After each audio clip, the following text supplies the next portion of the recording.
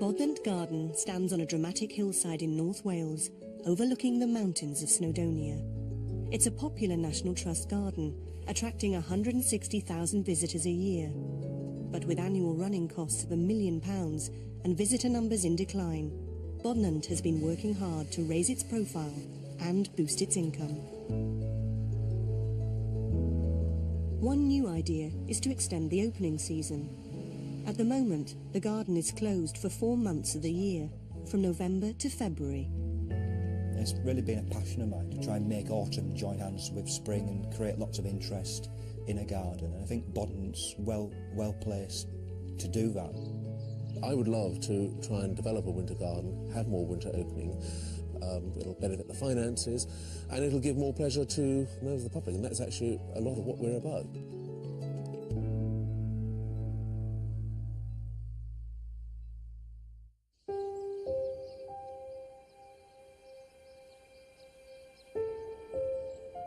Bodnant is stunning in winter, but only those who live and work here can enjoy it. Head gardener Troy Scott-Smith recognises Bodnant's year-round potential.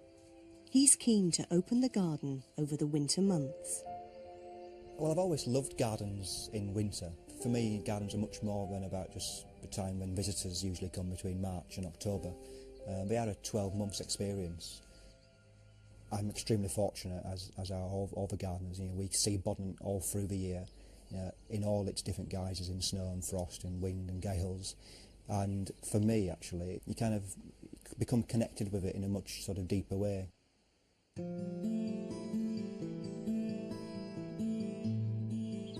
The National Trust took over Bodnant Gardens 60 years ago, but the hall is still home to the donor family, the McLarens. London-based Michael McLaren manages the garden for the Trust and shares the family passion for Bodnant in winter. As my father used to say, he preferred the garden in the winter because you don't have the leaves and you therefore see the bones of the garden, the architecture of the garden.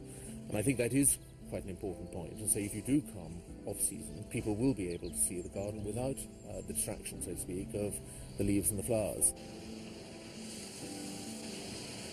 But opening the garden in winter would inevitably create problems. Bodnant has steep steps, slopes and terraces, and it could be a health and safety minefield. Well, there are all sorts of things we need to take into account. One is that large chunks of the garden we couldn't open to the public in the winter. For example, the terraces would be too slippery and icy and so on. So it will probably only be a relatively small part of the garden. But conversely, if one opens it as a winter garden, then one ought to prepare for that by doing some more planting.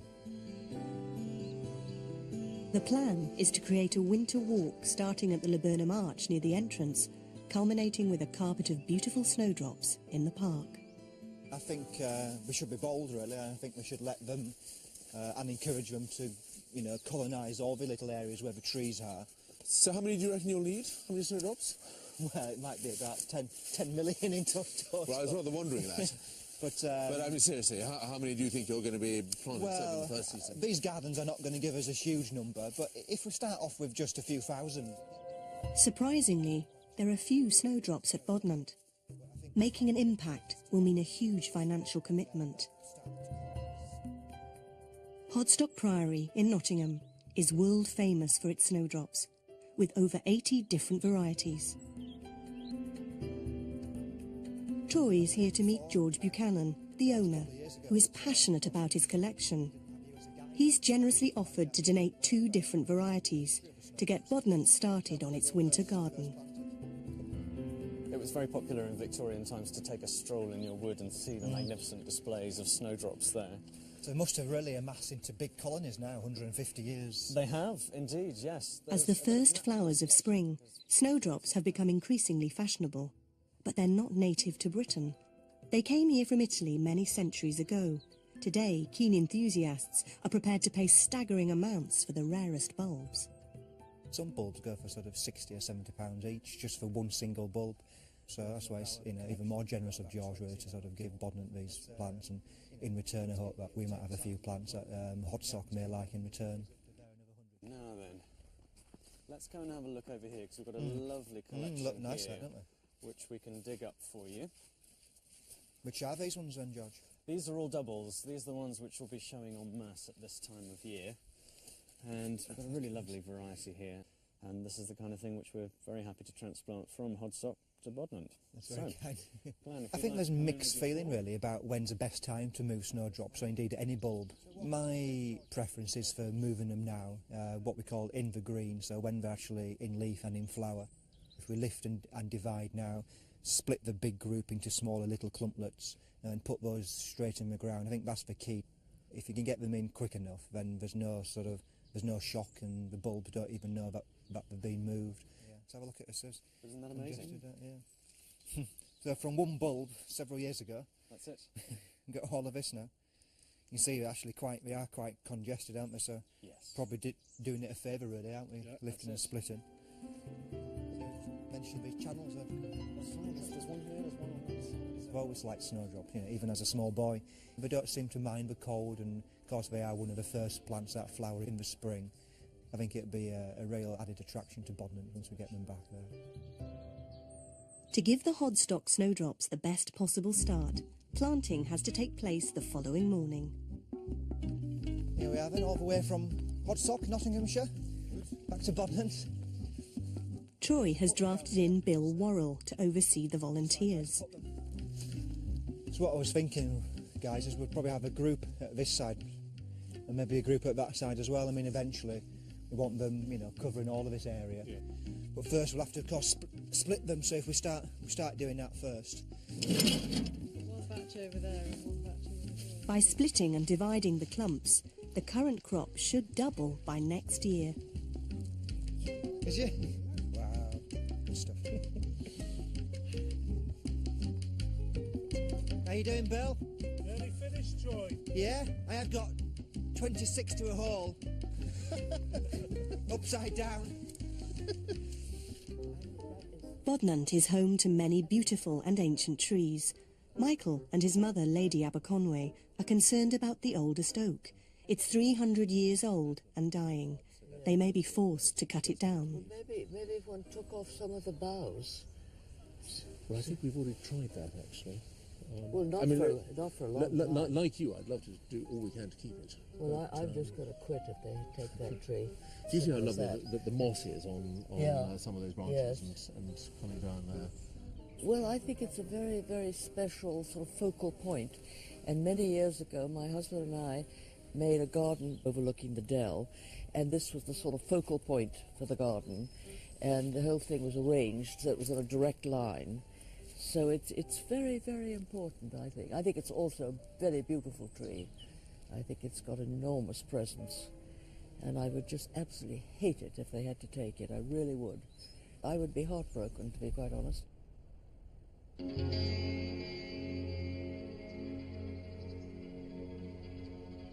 The garden has been infested by a plague of moles, the enemy at Bodnant this winter. They're creating an ugly blot on the landscape. Gardener Graham Jones gives Supervisor Bill a masterclass in trap setting. Try it now. Well, this year particularly, we've had a real problem with moles, so we've started trapping them, which is not something we really want to do, but it's something we really have to do for a number of reasons. They'll damage the mower if we don't do it. They look a bit unsightly. We've got a lot of daffodils and they'll damage the bulbs. And if we don't stop them here, then they'll get into the formal garden and they'll wreak havoc in the lawns. And the thing to do is then you need to bury it, not too much in the trap because it won't go off. Okay, we'll come back in a few hours then. Yeah, check that one out. Great, okay. I think that's done now, isn't it? Deputy Head Gardener Adam Salvin has called in an expert to scan the 300-year-old tree, much to the family's dismay. Using sophisticated sonar equipment, Steve Cutmore scans the diseased tree trunk to see if the oak can be saved. In Bodnant, the trees are of great importance to us, and certainly this one, amongst another couple on this lawn, are very important. They're close to the hall, so they're highly valued to the family. So, Steve, how's the tree looking? I don't think it's too bad, I think the results are looking fairly favourable. I think compared to last year, it's not looking too bad at all. Right, that sounds promising. How's a bit this morning? If you've condemned it, then we might have to take it down, which would be a sad thing to see. It'll be a but sad day. if it's looking good, then that's the news I wanted to hear. And it's good news for the family. The oak lives to fight another day.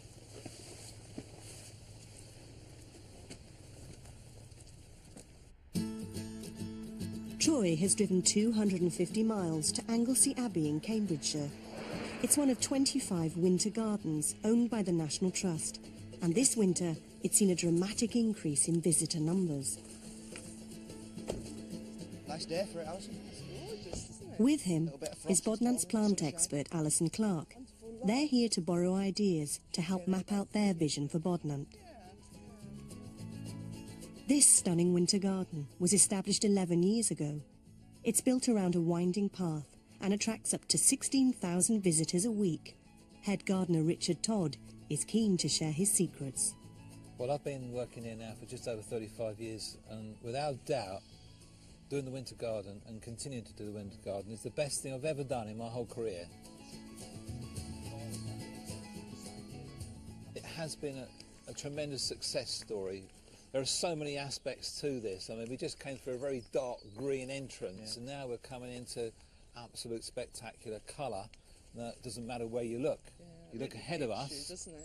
Absolutely. and you've got your cornus and your rubus, and you cannot switch those colours off. And that's what I love about the winter.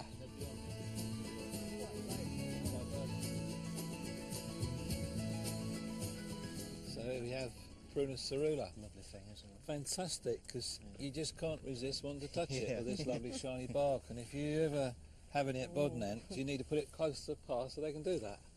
And the other great thing about this Prunus cerula, when you've got the sun shining through it, because it's got some flaky bits of bark, they shine like little jewels in the sky. So it's all about telling people about what to see. And it's not just a tree, it's look up there. There are many treats in store along the serpentine path, and the highlight is a magical group of silver birch trees. Wow. Wow. God, it really hits you, doesn't it? Pretty amazing, isn't it? Yeah. And that lovely blue sky sets It really it off, doesn't sets it off, yeah. It's great, isn't it? Jack Monty Eye, is it? It is Jack Yeah, Monty Eye. yeah. Yeah.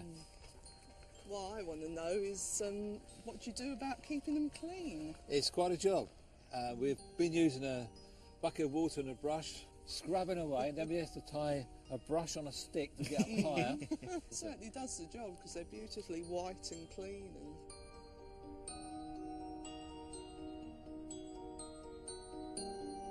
We often get people say to us, "Oh, I feel inspired. I've got to sit and write a poem.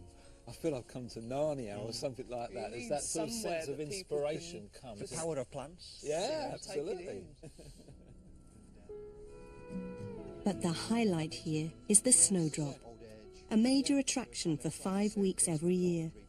Anglesey Abbey boasts 240 different varieties. So, Troy, if you want a real crowd puller, this lovely little white flower, the snowdrop, is the one. people just go really mad about them, don't They they? do. I guess they come from hundreds of miles away, do they? For us, they do. Our visitor is really enjoying this, and I think this is absolutely turned this property round. It was a really fascinating visit with some real clear messages, I think. Certainly, I think we're on the right tracks by starting to plant the snowdrops. I always knew that people love them, and they're very fashionable plants. Of course, fashion can change, but I think, for snowdrop fanciers, if you like, they're a pretty stalwart group, and I think they always will be. It's given me a lot of motivation as well, and energy that I think, winter garden is potentially very successul visitor-wise and a very beautiful thing to make. I would like to think that, we can come to an agreement about the space with Michael and the Trust, and then get on and really try and create this. So tell me, how went your trip to Anglesey Abbey? It was very good. It's really just one long space with one serpentine path. How lovely. It's really nice, yeah. I haven't been to Anglesey Abbey for quite a number of years. I went there when I was at Cambridge University, and but that season they didn't have the winter garden. No. But the main thing, which again, not sure whether it really applies directly to us, was the parking and the visitor numbers. Hard to believe, but I think he said something like 80,000 visitors in the winter opening. 16,000 in 1 week. Goodness me, 4,000 80,000. in 1 day. I mean, they are quite close to the centre of the population. Exactly. But That's, even so, that's. He said it's just amount. been phenomenal. He said, you know, it's the interest, people, this latent interest, people wanting things to do in winter time. Good. But he said the parking was terrible. You know, capacity, but hard parking as well. Well, we don't have that problem because we've got a I large don't think we car do, park. yeah. Although the car Yeah. park is normally used not on the winter hours, so Yeah. when it becomes icy, it's Yeah. a skating rink on a steep slope. Yeah. Bill and Graham have come to check the traps they set for the moles. Let's have a look at this one then. See if we've got. Oh, I think we have, haven't we? Yeah, definitely. That one's sprung. All right then, we can have an excavate. They're concerned that if left unchallenged, the moles could wreak havoc on their beautifully manicured lawns. Oh dear, yeah. Sorry, Mr. Mole. Having set dozens of mole traps, they're delighted with the positive results. Yeah, that's the second this week, isn't it? And the 7th overall or something? Yeah. Shows you how many we've got. Poor old beasties. Okay. Just stick that on the compost heap there, yeah? Yeah, grand. Okay. Nice. Right on the other side, okay.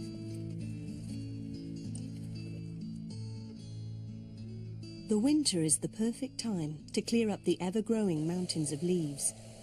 The gardeners spend 6 months a year clearing up before visitors return in spring.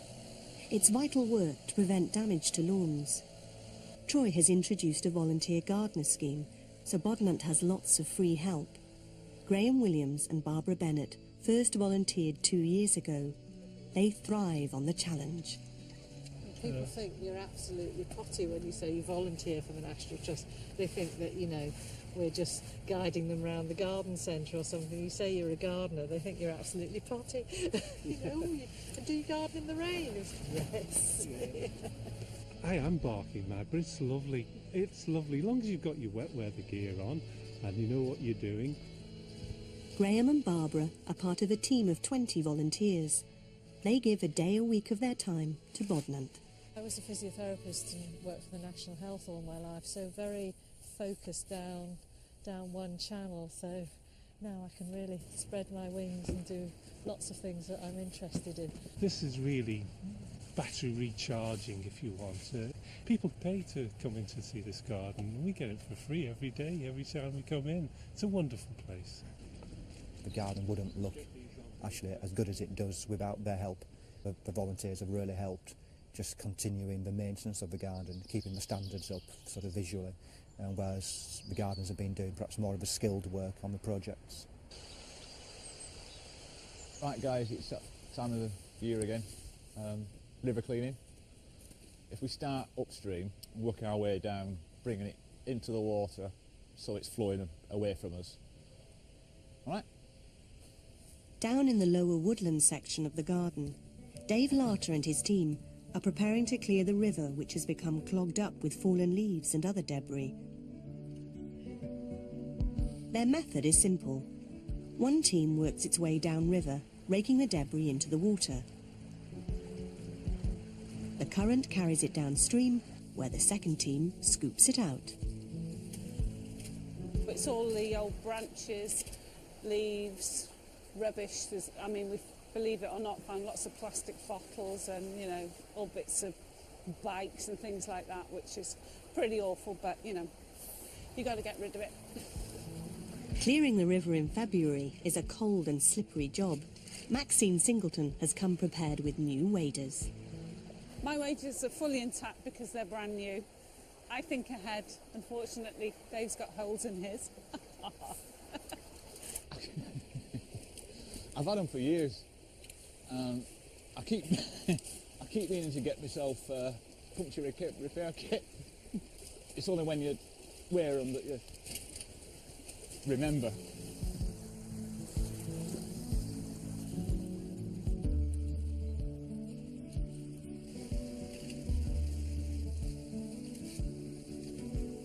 Okay, we're done.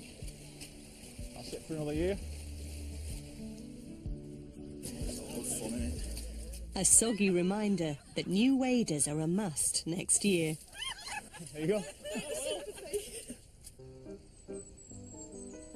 Troy is still planning his new winter garden, and he's considering this rather neglected corner. You know, it's an area really at the moment that doesn't do a lot, just very overgrown. And there's some really interesting features in here. I mean, the rock work is really nice, the changing levels, and it's just really got a mountain of these azaleas and other shrubs on. As you can see, it does have a nice backbone of conifers, but we're still in discussion with the family about this area. Except presently it's not open to the public, so it's by no means certain that this is the chosen area. Garden manager Michael McLaren has given his go-ahead for the winter garden. What's more, his mother, Lady Aberconway, has also agreed to the plan, and she hopes it will culminate with a carpet of snowdrops. They're not the ordinary snowdrop that is in everybody's back garden. There's something special. But you need masses. I mean, you know, really masses. They want the Hodstock snowdrops to provide a fitting climax to Bodnant's winter garden when it opens next year. And there's talk of bluebells. Which we could, we're not allowed to dig them up, but I'm sure we could plant some bluebells. We do have some bluebells on the back there. We do. I love bluebells. But I think they're so protected that you can't dig them up and really? I think. Even if you're moving them from one place in your own garden to another place? I don't know. Being a lawyer, I don't know the law, so I'm not quite sure what one's allowed to do and what one isn't. They hope to plant the winter garden in the coming months, ready for next year's visitors. The priority for now is the start of the new season. It's February. The garden is about to reopen after its winter closure. With 2 weeks to go, there are lots of last-minute preparations to get Bodnant ready.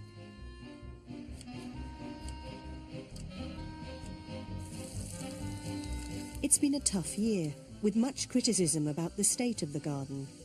Most vocal was the Times gardening critic. 12 months ago, Stephen Anderton was scathing. I think Bodnant's needed a bomb under it for a long time. Beautiful though it is, you know, it's been dying on its feet. It was an old man's garden. Troy has always been well aware of the issues. He's worked hard to give Bodnant a facelift with a £2 million improvement programme. It includes the repair of the lily pond near the pin mill. And now he's inviting the Times critic back to give his verdict. The team have worked so hard over the last year in all areas of the garden, and I'd be very surprised if he comes up with the same comments. Some of them were very scathing, and some of them were quite personal towards the garden as well, and I think perhaps a little bit unfairly, so I'd like to question him a little bit about those as well. The critic is back. Stephen Anderton has written a book on Welsh gardens. His verdict on Bodnant is now in print. Well, you've done lots, I mean, it's good. Yeah, it's it's been, a year now since you came? What's your thoughts now about progress of cultivation at Bodnant? It shows, yeah, the general detail shows, absolutely, but it's good to see the big things happening, you know. And you know what it says, I'm afraid, it says money. It says capital expenditure. You've got it organised and business-like, and that it takes a lot of doing, but no, I think you've done well, just keep at it. Yeah, I say it's consistent work, isn't it? Yeah. It doesn't happen overnight, and it doesn't stop happening after a few years. I mean, I've committed myself mentally for 20 years, and I think that's what it'll take. Well, long may you remain committed. Thanks for that. The official seal of approval at long last. It's the first day of the new season, and Bodnant is looking good. The new visitor centre is finally finished, 10 months behind schedule. It was a source of some embarrassment last year when Prince Charles opened the then unfinished building, which was camouflaged by scaffolding and plastic sheeting. The whole project has been delayed for causes which lie with others. Best put tactfully like that. Today, this splendid building, with its distinctive Welsh stone, blends in perfectly with its surroundings. Michael McLaren is delighted with the result. On the whole, I think that it's turned out extremely well. I mean, inevitably with projects, there are one or two things one might have done slightly differently, but in fairness, I think they're fairly minor things, and I think most people are delighted with the building. With minutes to go before the gates open to the public, Lady Aberconway is confident the hard work has paid off. Sure. It's looking very good. I think they've got a lot to see. It's important, if you've got a place like this, to share it with people. And my father-in-law, who was the creator of the garden, used to say the garden looks much more alive when there are many people in it.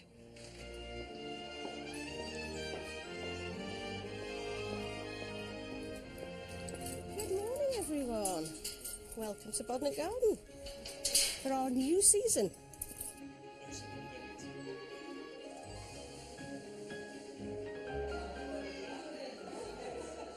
I think it's wonderful to have people coming around the garden again. After all, the whole point of the garden is to share it with people and to have give people the enjoyment of going around it. And so it's great that it's open.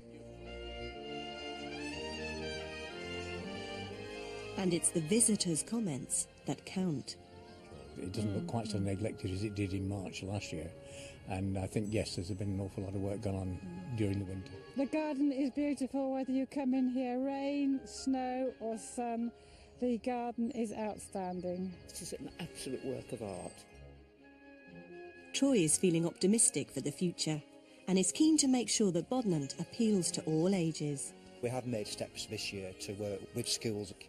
I think it's crucial. I mean, not only are these children visitors of the future themselves as they get older, but then also, of course, potential gardeners. This is my first time here at Bodnant Gardens, and all the colours are just amazing, and all the fascinating flowers that are on the floor, and it's just a fascinating place. It's really cool. It's a resounding success. The hard work has paid off and visitor numbers are on the increase. Michael is proud of his head gardener and thrilled to see the garden restored. I really just want to say two things. One is, thank you so much. You've done a fantastic job, and all your team too. Very much And I know it wasn't easy. So a million thanks. You've done a fantastic job. And actually, It's a sentiment echoed by Lady Aberconway. Yeah. I think he's definitely the right person to take Bodnant into the future. He's got a fresh eye, yet he's very sensitive to the whole tradition and history of Bodnant, and I think that's a very good combination. Well, what a year it's been, really. There's been a lot going on. You know, Bodnant's a great garden. No one can dispute that, and it's been my belief ever since I first came here as a little boy. For me, it's the greatest thing that's happened to me. I loved every minute of being a student here. Coming back 18 years later as head gardener, having the opportunity to work here with the family and the team of gardeners, transforming Bodnant once again into this real horticultural masterpiece, has been a fantastic privilege. So long may it continue.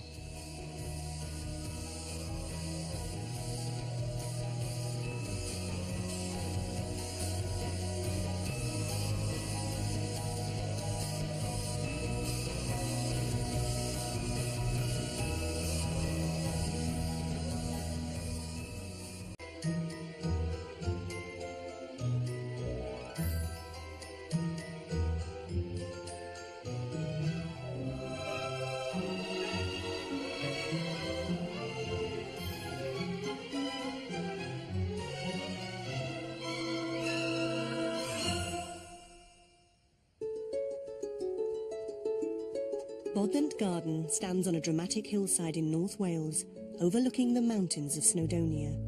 It's a popular National Trust garden, attracting 160,000 visitors a year. But with annual running costs of £1 million and visitor numbers in decline, Bodnant has been working hard to raise its profile and boost its income. One new idea is to extend the opening season. At the moment, the garden is closed for 4 months of the year, from November to February. It's really been a passion of mine to try and make autumn join hands with spring and create lots of interest in a garden. And I think Bodnant's well placed to do that. I would love to try and develop a winter garden, have more winter opening. It'll benefit the finances, and it'll give more pleasure to members of the public, and that's actually a lot of what we're about.